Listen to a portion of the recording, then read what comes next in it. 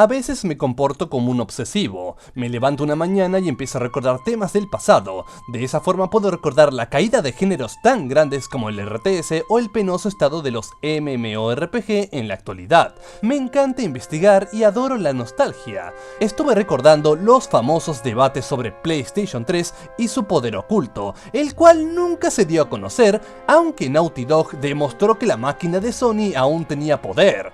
De ese debate muerto pasé a otro, Crysis vs Killzone 2, el cual nunca entendí. Sí, Killzone 2 era un exponente gráfico, pero Crysis no tenía límites, y gracias a su pesado sistema de físicas, el cual afectaba la jugabilidad y unos efectos visuales impactantes, Killzone 2 no tenía oportunidad. Después empecé a investigar sobre Crysis, cómo fue su desarrollo, el CryEngine 2.0, lo emocionados que estaban todos en esos años, y existía una constante: DirectX 10, una API diseñada por Microsoft para agilizar el desarrollo de programas y por supuesto videojuegos. Cada vez que uno buscaba información sobre Crysis, automáticamente se cruzaba con personas que hablaban sobre que el motor iba a revolucionar el mundo y que gracias a DirectX 10 sería un paso hacia el futuro. ¿Por qué sucedía eso? Bueno, DirectX 10 había sido lanzado y no tenían referencias para poder hablar de su poder,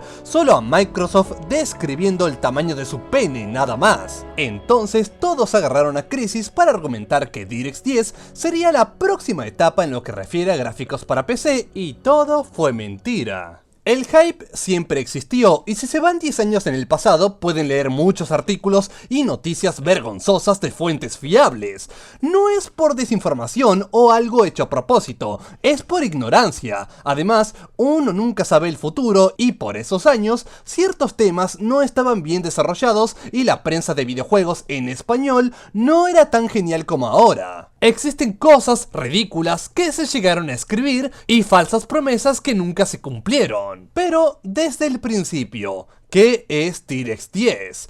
Tengo un video fantástico explicando qué es una API en el especial de Mantle, vayan a verlo. DirectX 10 es el siguiente paso en una serie de directivas creadas por Microsoft para poder agilizar el desarrollo de programas. DirectX 9 era estable y bonito, pero Windows Vista era lanzado y pedía más poder. Gracias a imágenes como estas, se pensaba que DirectX 10 era Dios, y sí, se ve bonito, pero DirectX 9 podía hacerlo. Microsoft solo puso limitantes para hacer lucir mejor a DirectX 10. Esta nueva API fue diseñada para exterminar problemas del pasado y conseguir un mejor rendimiento.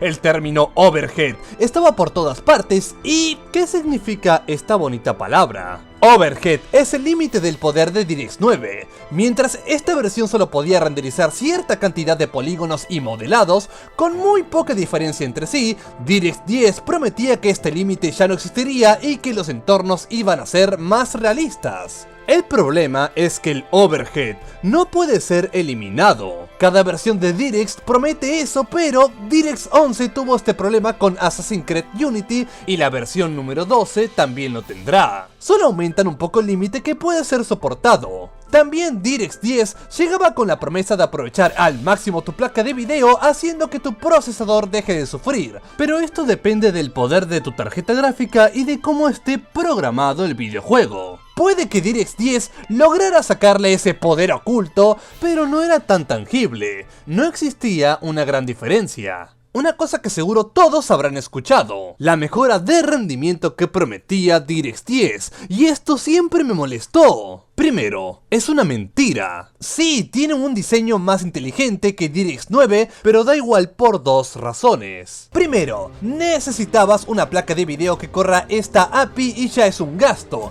Tu antigua placa, la cual esperabas que tenga suficiente poder para aguantar otra generación, a la basura. Segundo, DirectX 10 agregaba peso de procesamiento y gracias a efectos gráficos mínimos, pero que eran una carga para el motor de turno, hacían que tu videojuego corra peor. Si tenías la suerte de tener una placa de video de gama media o alta y te funcionaba bien con DirectX 9, pero querías probar el poder de esta nueva API, ibas a descubrir cómo los fotogramas empezaban a morir sin razón y que la calidad gráfica solo aumentaba un poco. ¿Dónde está esa revolución que todos prometían? ¿Dónde está el rendimiento? Y quizás con videojuegos que tuvieran contratos con Microsoft sí se notara la diferencia, pero es un número tan pequeño que no vale la pena. Ahora traigamos el plato fuerte. Crysis, la enorme bandera de DirectX 10, el futuro. Y sí, se ve espectacular, pero no fue gracias a esta nueva API. Crysis fue programado y creado bajo DirectX 9.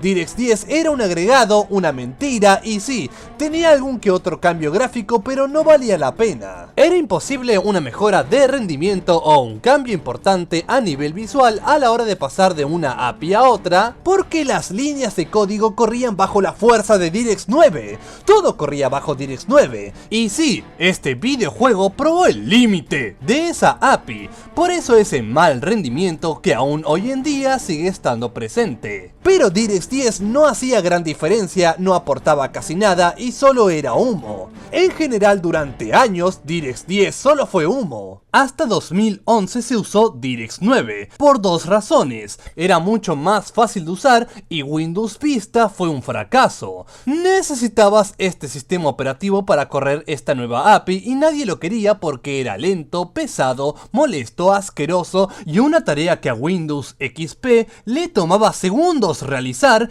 Windows Vista lo convertía en un infierno. Se tuvo que esperar al lanzamiento del perfecto Windows 7 para ver el potencial de esta nueva API, pero ya estaba en camino DirectX 11 y los videojuegos aún corrían bajo DirectX 9, ninguno tenía problemas. Es más, el límite que decían que existía parecía una mentira. Todo el mundo se impresionó al saber que Rage, el gran videojuego de ID Software, corría bajo esta vieja API, y la explicación es simple, era más estable. Esos problemas de texturas, modelados y objetos en pantalla no significaron un mayor incordio gracias a tecnologías creadas como las megatexturas de ID Tech, que permitían un detalle infame. Además, que corra a 60 fotogramas en las consolas de séptima generación con ese nivel gráfico, ¿dónde estaba el límite de DirectX 9? El problema con esta emoción generalizada y esas promesas de potencia fantasma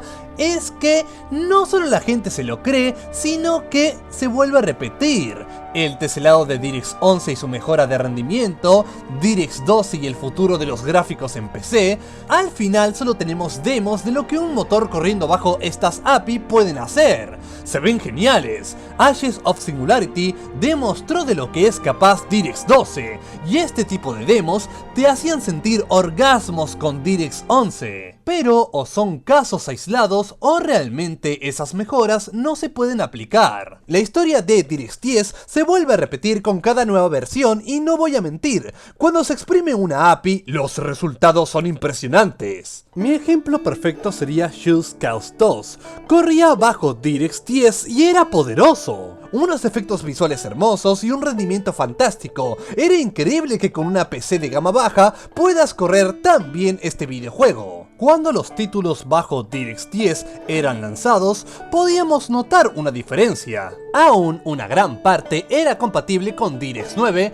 pero los que no aprovechaban el rendimiento y poder de esta API. Es triste que, cuando por fin podíamos ver potencial, DirectX 11 ya estaba siendo lanzado y rápidamente esta vieja API se volvió obsoleta. DirectX 10 se volvió una máquina creadora de leyendas, potencia oculta, grandes gráficos y promesas que actualmente arrastran otras versiones de esta API. Quizás llegó en un mal momento, y es cierto que gran parte de la culpa la tiene Windows Vista, pero el hecho de no informar bien y mentir sobre DirectX 9 no tiene sentido. Siempre quedará en el recuerdo colectivo ciertos debates. Cómo ponerle DirectX 10 a tu PC, descargar esta API, cómo activar DirectX 10 en tus videojuegos, tener Halo 2 en Windows XP, es una parte interesante de la historia y no debemos olvidarla, para no caer en los mismos trucos de desinformación y hype. DirectX 12 es el centro del poder actualmente y aún no han salido muchos proyectos